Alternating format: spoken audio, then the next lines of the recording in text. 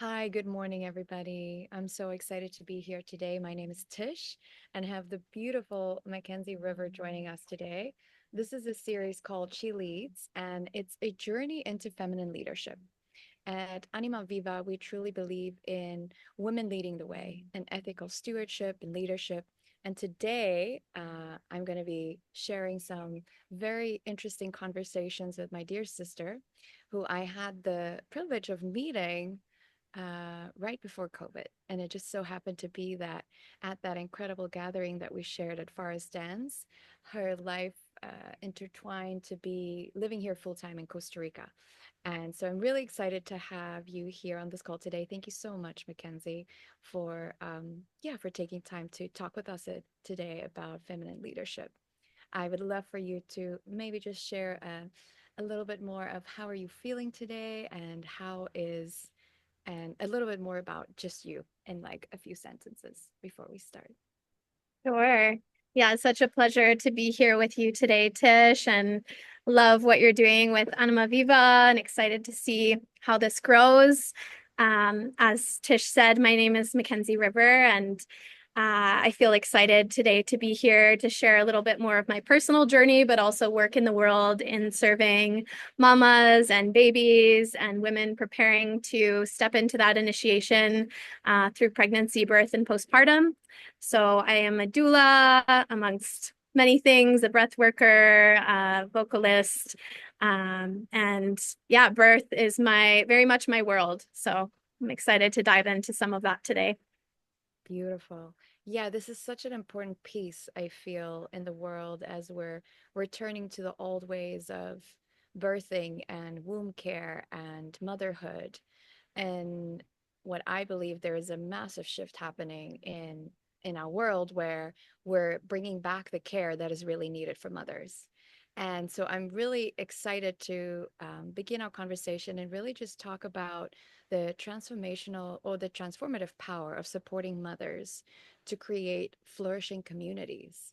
Um, and what that looks like and how you are participating in support in making that happen. Mhm. Yes, to me, in my dream world, mothers would really be at the center of communities. If there was some kind of hierarchy, not that I, really believe in that, but I see mothers as the queens, and I feel that if we are tending and nourishing our mothers on a deep level, so they're feeling resourced to be raising the next generation, that there is immense transformation in that. And I feel very much that birth, whether it's the birth of a child, or women in this sphere, for example, that aren't mothers, this birthing of big creations in the world, is some of the most immense transformation that we can bring forward. Um, so I very much feel strongly in terms of mother care and how ultimately that will ripple in such huge ways, in how we're tending to the mothers of our planet and how ultimately we're tending to our mother Earth. And the strong correlation that I see between the two of these things and also the gaps that I see. Beautiful. What would you say are some of those gaps that you're seeing? Yeah, I would say, in terms of our maternal care, I think that there there is a lot of like disillusionment in a sense, and particularly in the West in terms of healthcare of um, pregnancy, birth, and postpartum. There's definitely a bit of a lens of like how quickly can a mother get back to her body after birth? How quickly can she get back to, being a productive member of society in a sense? And there's many traditions and cultures where this is not the case. I'm definitely viewing this through more of a Western lens, but I see the harm in that in a very real way, in a physiologic way, in terms of mothers literally, producing new life, and the tremendous process that is on a physical level. and the restoration and healing that is needed from that.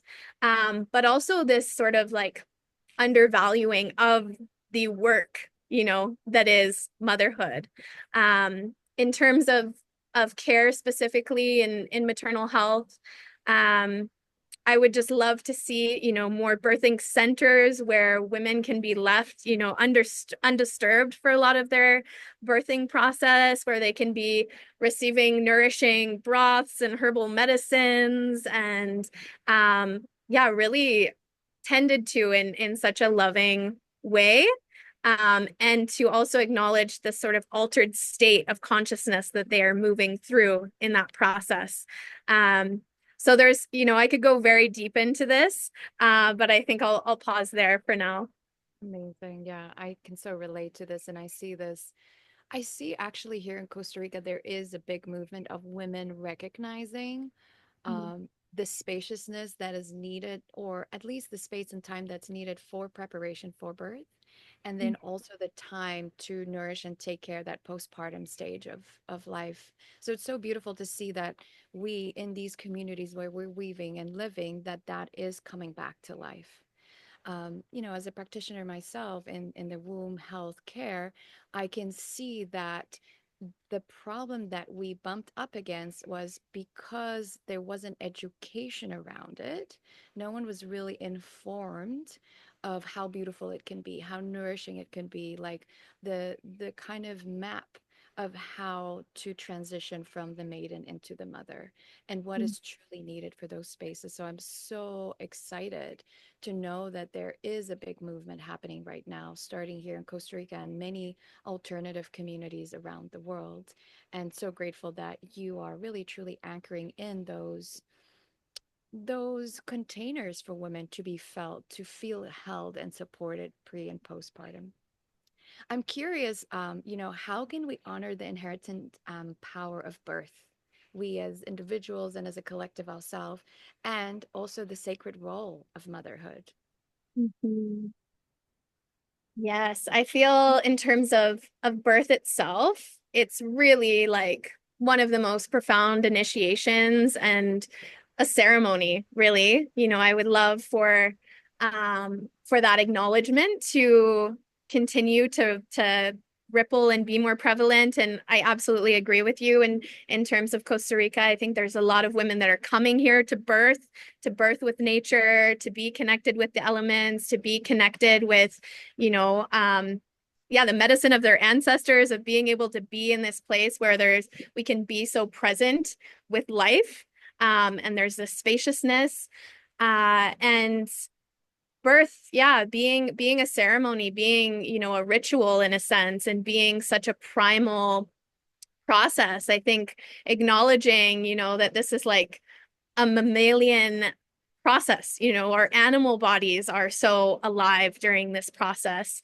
And perhaps just shifting, perception around this being like a medical event, which I think many of us that have grown up in countries where hospital birth is a lot more common than birthing outside of the system, is that ultimately, birth is it's not a medical event. And I agree. I believe that a lot of people working within the hospital would agree with that, actually, that we have amazing tools to lean on when we need them in terms of hospital, but that it's actually one of the most natural physiologic experiences.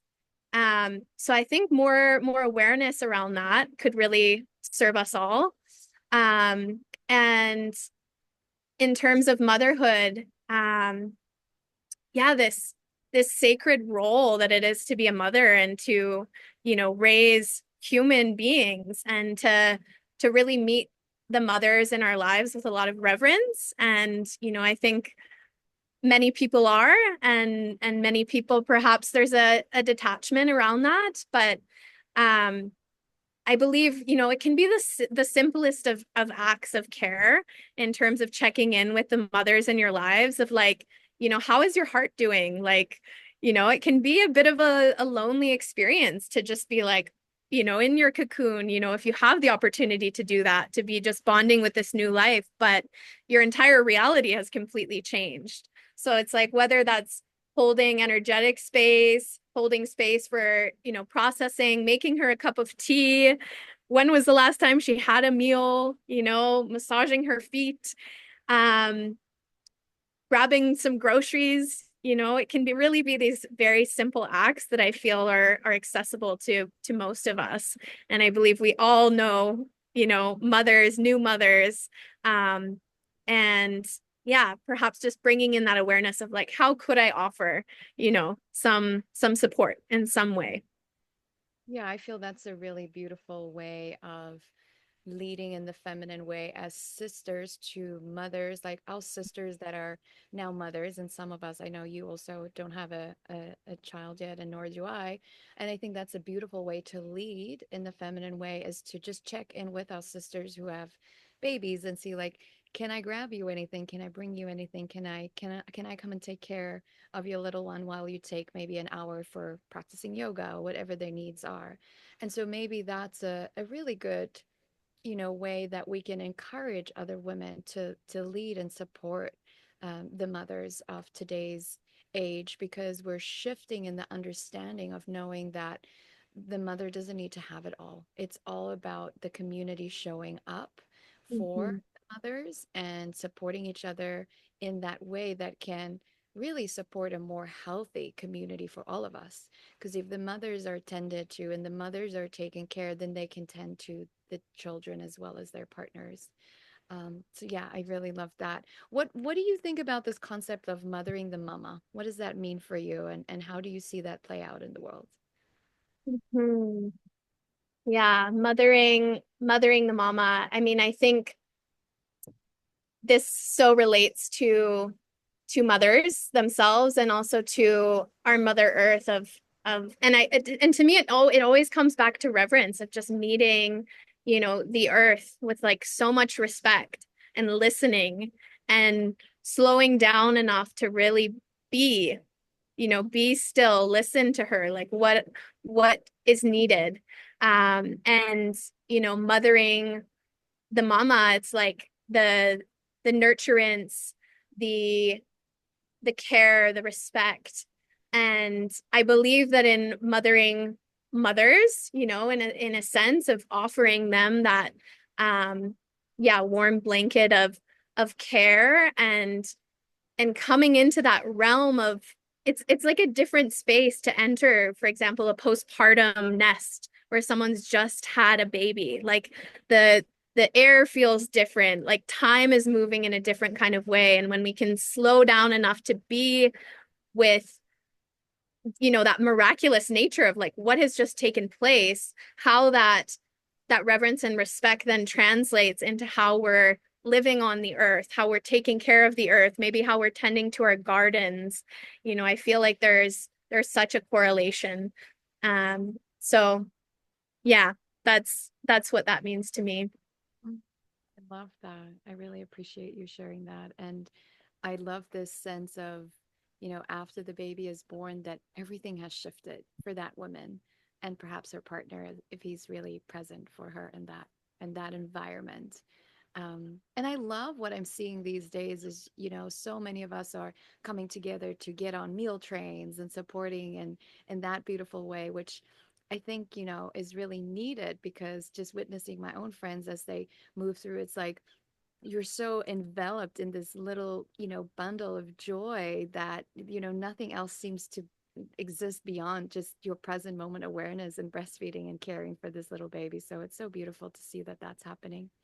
So, as a female leader, how would you say are you leading the way in education and bringing in the stories of how we can tend to the mothers in any way? How are you rewriting the script as a feminine embodied leader to bring in the old ways? I always say the new way is the old path. It's actually ancient wisdom that's just coming back. And especially there's just so much happening within the realm of womb care and pelvic care.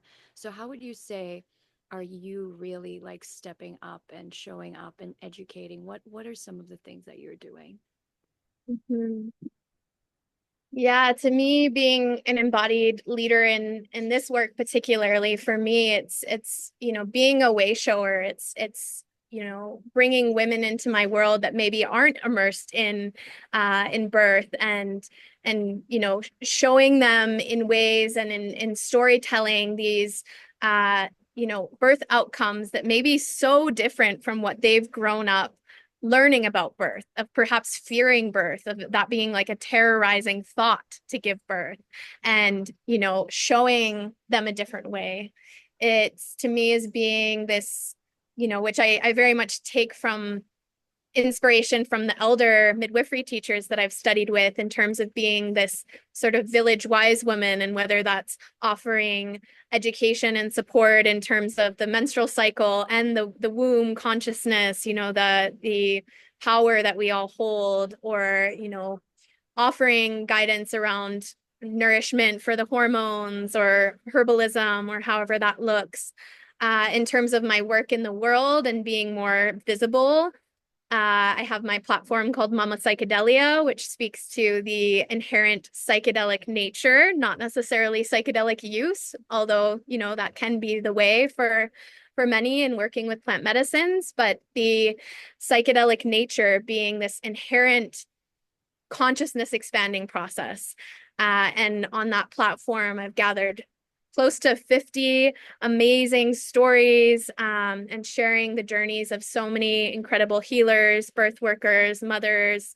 And that has been a huge piece of my work in the past 3 years, along with very recently starting a 9-month journey for women and couples called Fertile Souls, which is essentially an educational portal, as well as this very holistic journey for those that are wanting to really deepen into themselves and their inner work before actually stepping into pregnancy. And to me, this is pretty, like, it's huge, because I think there's actually not a lot of that happening, of this preconception journeying into the depths of ourselves, and how we can really enter pregnancy so deeply nourished, fortified, vital, and how that ultimately impacts the longevity of our lives as women for like 40, 50, 60 years.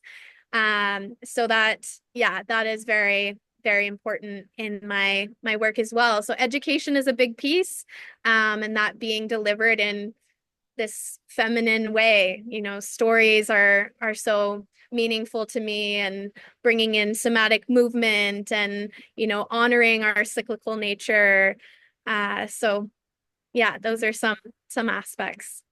That's so juicy. I'm so excited that, there is that portal for women to really dive in. And I'm guessing with their partners, or would it be a solo journey just for mamas?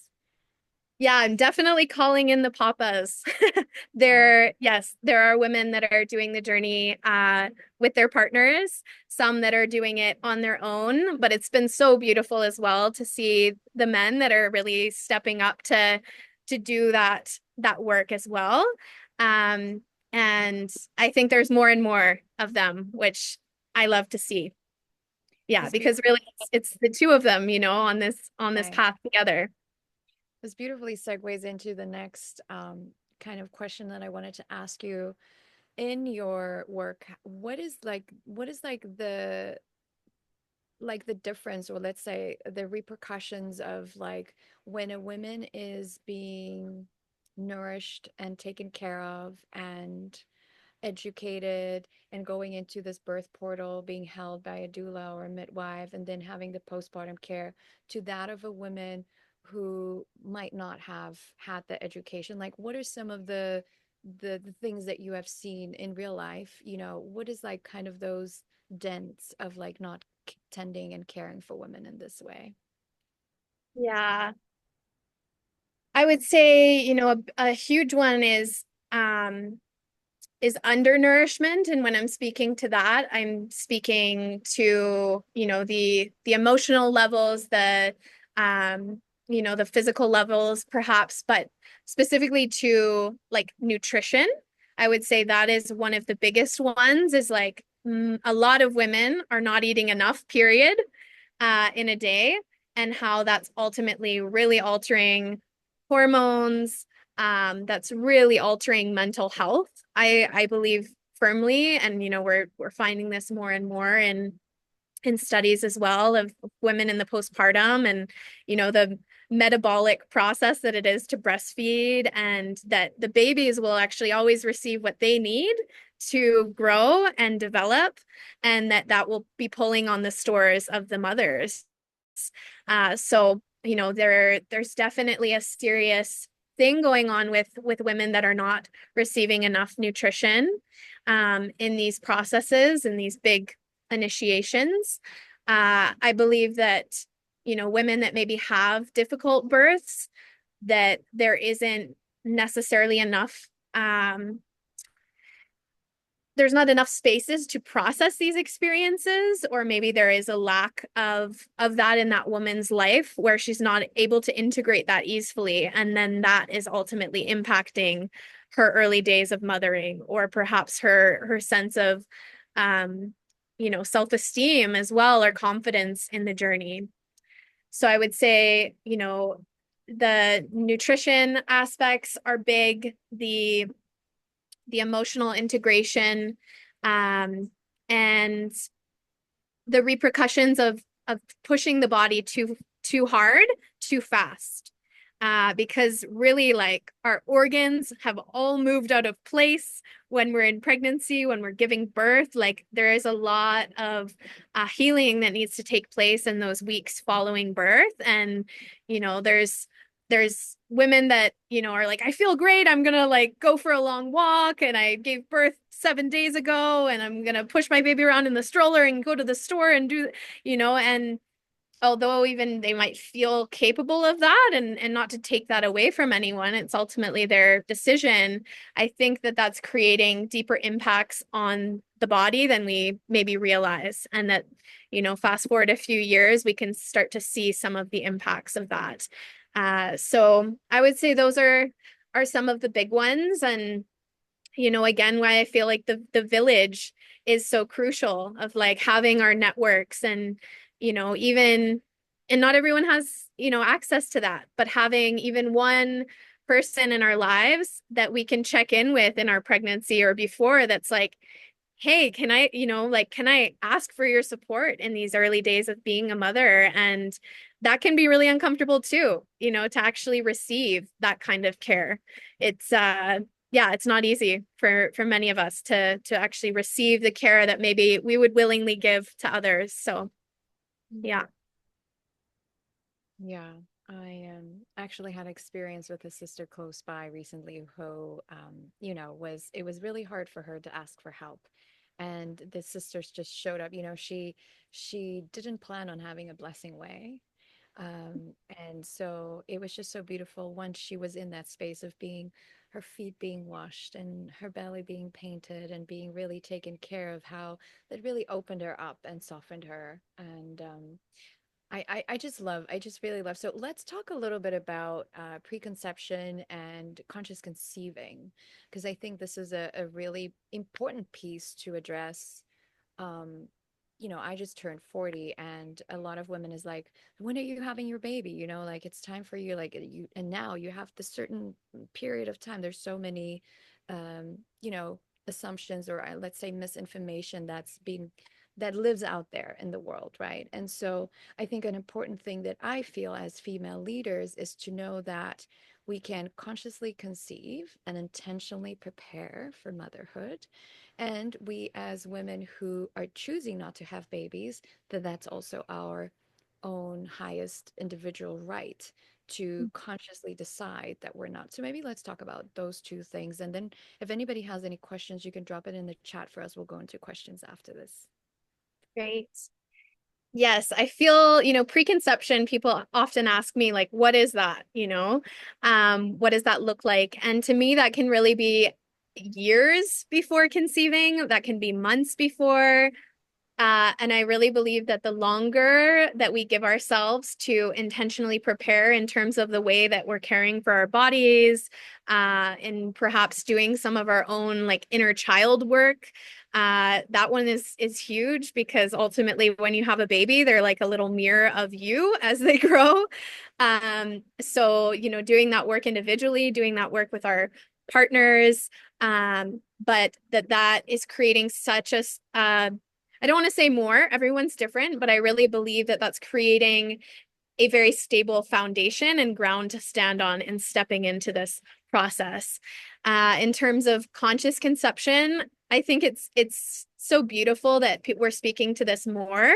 There's lots of surprise babies in the world that came through with, their own destinies and missions to fulfill, and that's amazing. And yet choosing to consciously bring a soul into the world and to ultimately like have a relationship in a sense with this spirit and to meet that process of bringing them through with so much intention, again, reverence.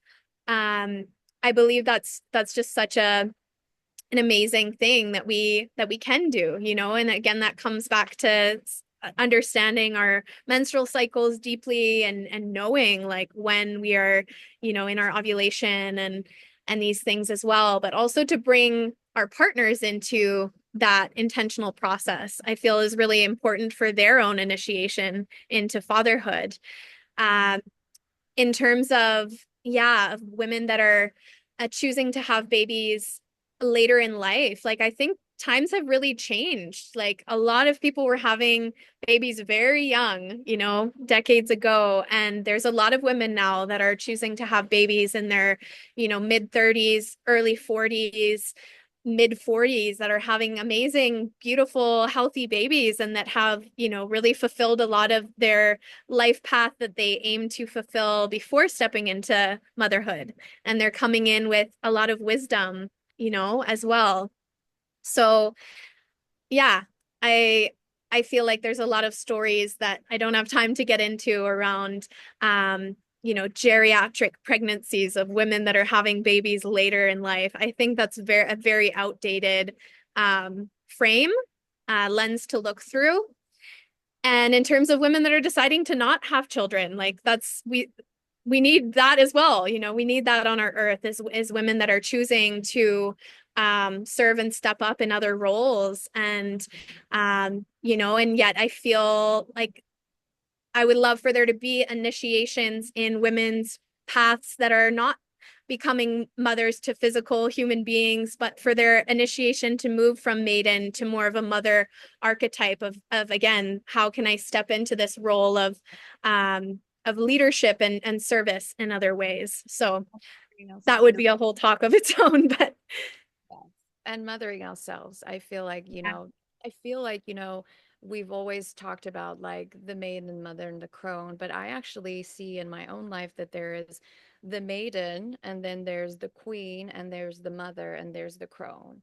And so if we can continue to step into that queendom phase where you really get to know who you are, where you get to live your mission and your purpose, and then kind of dance and weave in the mother archetype where you really get to mother yourself and others in your projects.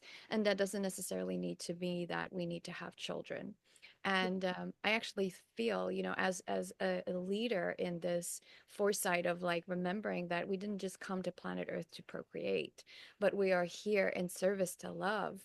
And how we can do that is loving and supporting the mothers, loving and supporting the children. Create safe spaces for a mama to be able to relax into her expansiveness or her nesting and resting. And we need aunties and we need those yeah. in the community. And I want to speak to this because there's many women out there who are really just tuning in on not just the decision to be a mother, but just tuning on like where we are as a society.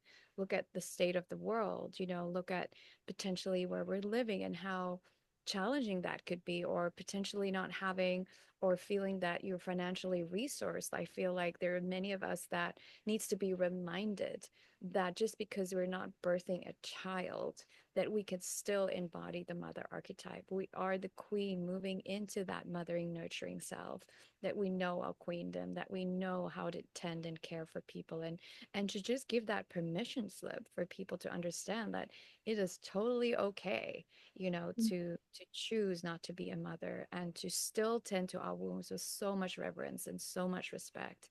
and still receiving the beauty of the insights of the wisdom that lies within our wombs. So yeah, it's a really big thing, as I'm in my 40s, there's many women that I know that's just decided like motherhood is not for them, and cheering each other on, going like, yeah, and that's great, that's totally fine. So I want to end off with just speaking a little bit about your journey of kind of like how you got into this work, and if there's anything that you can share um, to someone who are potentially looking at conceiving, becoming a mother, or even mothers, or even women like myself, like any kind of seeds of wisdom that lies within your womb that you want to share with us, like if you can speak Mm. from your heart, like what's there, and then we'll come to a close. Yeah. Well, yeah, my journey into birth work, just on a brief note, I've always had a deep fascination with pregnancy. I've been surrounded by babies my whole life. My mother had a daycare in our home. I literally had like five babies and toddlers around me most of the time. I've nannied, I've worked in preschools. I've just like a lot of my life, I've literally had a baby on my hip, and I'm 26 years old. I'm not a mother myself. And it's just been a huge part of my existence. And it was really in high school that I became very fascinated with midwifery and birth. I remember vividly watching a birth video in a science class, and everyone's like horrified, and I was like, wow, like this is amazing. And yeah, fast forward a few years, I became a doula when I was turning 20, and this was actually after attending my aunt's death process, essentially, with being with her as she passed away. And that awoke something so deep in me of seeing death as this ceremony and seeing birth as this ceremony, and the connectedness of the first breath that we take and the last breath that we take, and just the profundity of that. And I think I've always been a pretty deep soul, and this is some of the deepest work I can imagine doing, really. um so yeah, that is how I've gotten into the work, and attending births is one of my favorite things in the world. I very much feel supported by my ancestors in that space. I feel like I have a circle of grandmothers around me, and the woman that's birthing and her family, and it's very, very spiritual for me. So yeah, that's how I got into the work. And in terms of speaking to mothers and women at large, I really hope that we can all come to understand our inherent worthiness on a very deep level as well, whether we are choosing to be mothers or not. So important that we have women in so many different roles in this life, and in communities, and to remember the wisdom of your womb. And for some, that might be a bit of a far off concept, but ultimately, I feel that when we are able to connect with our wombs in a really meaningful, present way, we start to what's there starts to be revealed to us. And for me, the womb is the space of knowing. And it's beautiful to connect with our heart, and our mind has lots to share with us, but our wombs hold so much. So inviting us all to tap into that space and what's there for us, no matter what our journeys of creation look like. Mm, Yeah. beautiful. I love that. Well, thank you so much for your time today, Mackenzie. It was such a joy to, yeah, just tune in a little bit about your journey and listen in on all the beautiful things that you're creating. I'm so excited for you. And for all of our listeners, we'll be linking all of Mackenzie's information on where you can get her Instagram and her work. All of that will be on the page. And so thank you so much for your time, love. Many blessings on your work. I really pray that, the way in which you lead as a female leader in the sense of preparing for women to birth and for mothers as they are, and for even women who are choosing to be the auntie and not birth the children. I pray that your work will go wide and far so that we can have more women being well nourished pre and postpartum, and also just being well nourished with a bunch of education of how we can tend to other mothers as well. So, yeah, that's my prayer. Yeah. Have a beautiful rest of your day, and it was so lovely to have you. We'll talk soon. Yeah. Ciao.